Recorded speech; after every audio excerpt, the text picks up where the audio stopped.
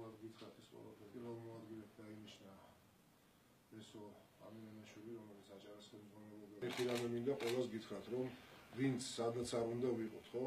ჩვენი ქვეყნის ჯარისკაცები, ჩვენი მისია რაც გვავალია, პირნათლად უნდა შევასრულოთ. საშუალება უნდა მიეცეს ჩვენ მოქალაქეებს წყნარ და მშვიდ ვითარებაში იცხოვრონ და იმუშაონ. ვისი ადგილიც ციხეში, ეს უნდა იყოს ციხეში. მინისტრის პოზიციიდან და თითოეული თქვენთაგანის გვერდით ვიდგები რიგით ჯარისკაცად კრიმინალთან ბრძოლაში. ასვაკეთებთ რა ხედავთ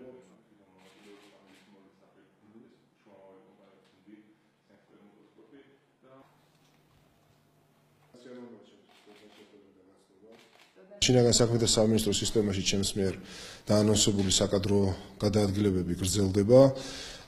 ამას აუცილებლად მოყვება სისტემური ცვლილებებიც. ეს ცვლილებები და თანამშრომელთა გადაადგილებები ემსახურება მხოლოდ და მხოლოდ ერთ რამეს, ეს არის ჩვენი მოქალაქეების უსაფრთხოების უფრო ეფექტურად და ხარისხიანად უზრუნველყოფა.